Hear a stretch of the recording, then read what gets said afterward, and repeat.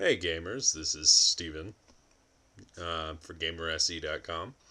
Um, today we're going to do Final Fantasy 13. Unlike most people, I purchased Final Fantasy 13 not because it's a Final Fantasy game, but it was a 3-disc game. I figured, give me a couple months of gameplay. I am very glad I picked up this game. It is an amazing game. My favorite game of all time at this point. Maybe not all time. Chrono Trigger's still pretty up there. I'll do a review on that one later. Anyway, Final Fantasy 13 is about a pink-haired girl named Lightning who used to be part of a military force, and she left it after they are trying to, we'll call it deport, her sister Sarah to the lower world, because there's two worlds in this Final Fantasy series. There's the Cocoon, which is up in the sky. It's the highly advanced, highly technological area where all the bad guys live. Well, bad guys and average people. Then you've got the planet face down here, which is Pulse.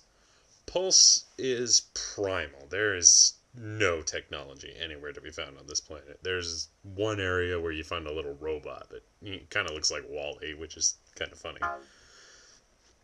And so, pretty much you start out as playing as Lightning, and you've got this guy named Zaz in your party. Zaz has got a pet chocobo. The chocobo doesn't really do much other than chirp every once in a while in a cutscene.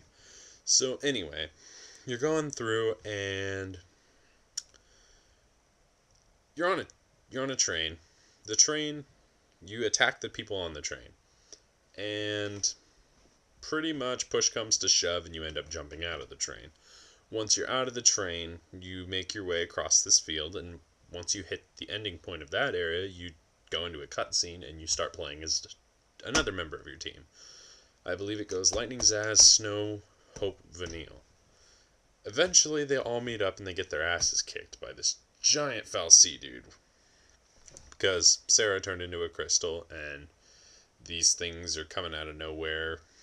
And they end up attacking them on the big fal'Cie, thinking, okay, well, if I destroy it, maybe it'll turn the sister back. Not quite thinking that plan through all the way. Of course, chances are if you kill it, you're going to stay like that. I mean, if it turned you into it, chances are it's going to fix you. That's semantics, though. We're not too worried about that. Pretty much, he whoops your ass and turns you into his own little minions. The minions themselves, if they don't complete their mission, which is, mission, don't know how else to explain that, you turn into a shambling zombie kind of thing. Really big, bulky, shambling zombie thing with magic powers. It's kind of cool. It's the coolest zombie I've ever seen.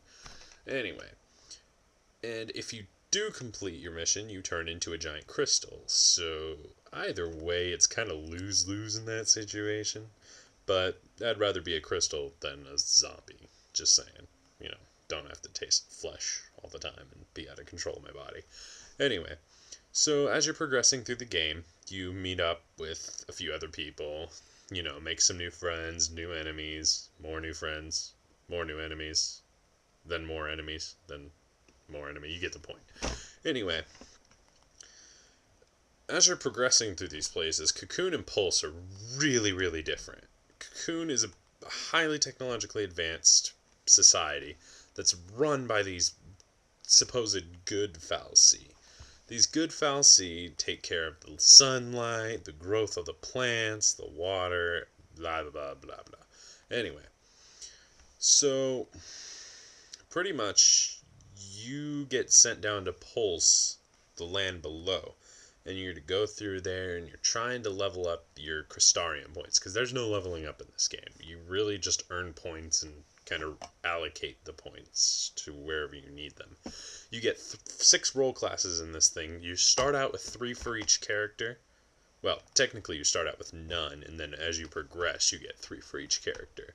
And then once you get to about chapter, I want to say 9, you start getting more and more of your abilities until finally about chapter 11 or 12 you get everything. And that's at the end of the game is when your full Crystarium is unlocked, which sucks because you can't fully upgrade it until after you beat the game, but big deal. It's a good game to replay. It's got excellent replay value. Anyway, The environment and graphics on this game are beautiful. They are literally the best I've ever seen. Taking into account, of course, that this is cartoonish. I'll say, I don't know the proper term for it. But Call of Duty kind of looks real, you know. But for this wise, it's very nice graphics. You see mountains in the distance. You can trees are in high detail. It's just amazing. The graphics are great. Everything is crystal clear. Might just be the new TV I bought, but the game itself, pretty beautiful. The sound in the game, I hear a lot of people complaining about sound for some games. Like, oh my god, that song is so annoying, stop playing it. This game, each song is tailored for the level you're on. So when you're playing through a level, it's not playing obscenely inappropriate music, like, for instance, Time Shift. Time Shift has a problem with playing really loud music when you're trying to listen quietly for footsteps. It's not okay. This is one of the games where it's like, you can hear the music, but it's not overpowering the game. Anyway, the music is very well done. Like I said, tailored to each level. Very, very nice. And for the playthrough, I gotta say, it's kind of hard.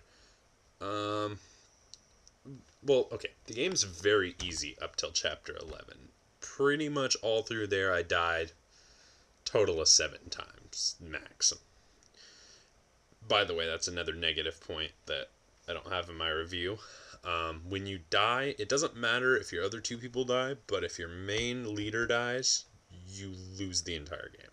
So it's like, well, fuck, why can't I just switch characters? But it's not how it works. Hoping they'll fix that in Final Fantasy 13 too, which got it pre-ordered. Pretty excited. Anyway, I'm a completionist, so going through the achievements wasn't really that hard. As a matter of fact, I'm almost at 100%.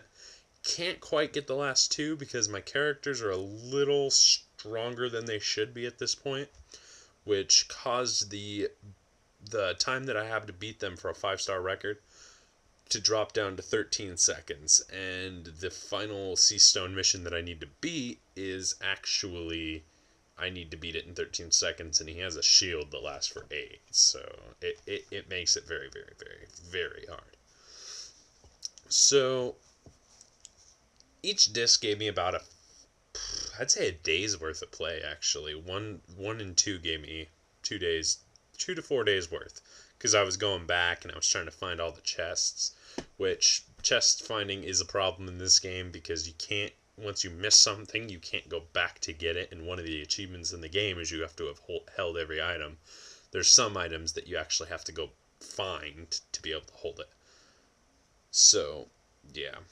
Anyway, some of my negative remarks about this game. Yes, I know, favorite game. Why would you have negative remarks? I do.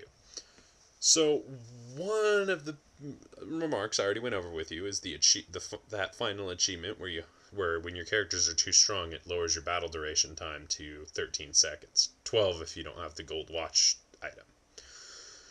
So, the other negative piece is the chests, of course. And finally, I gotta say, the monsters in this game looked awesome. Very, very cool monsters. However, very repetitive with their monsters. Like, I don't know if you guys have ever played a game called Dragon Warrior Monsters.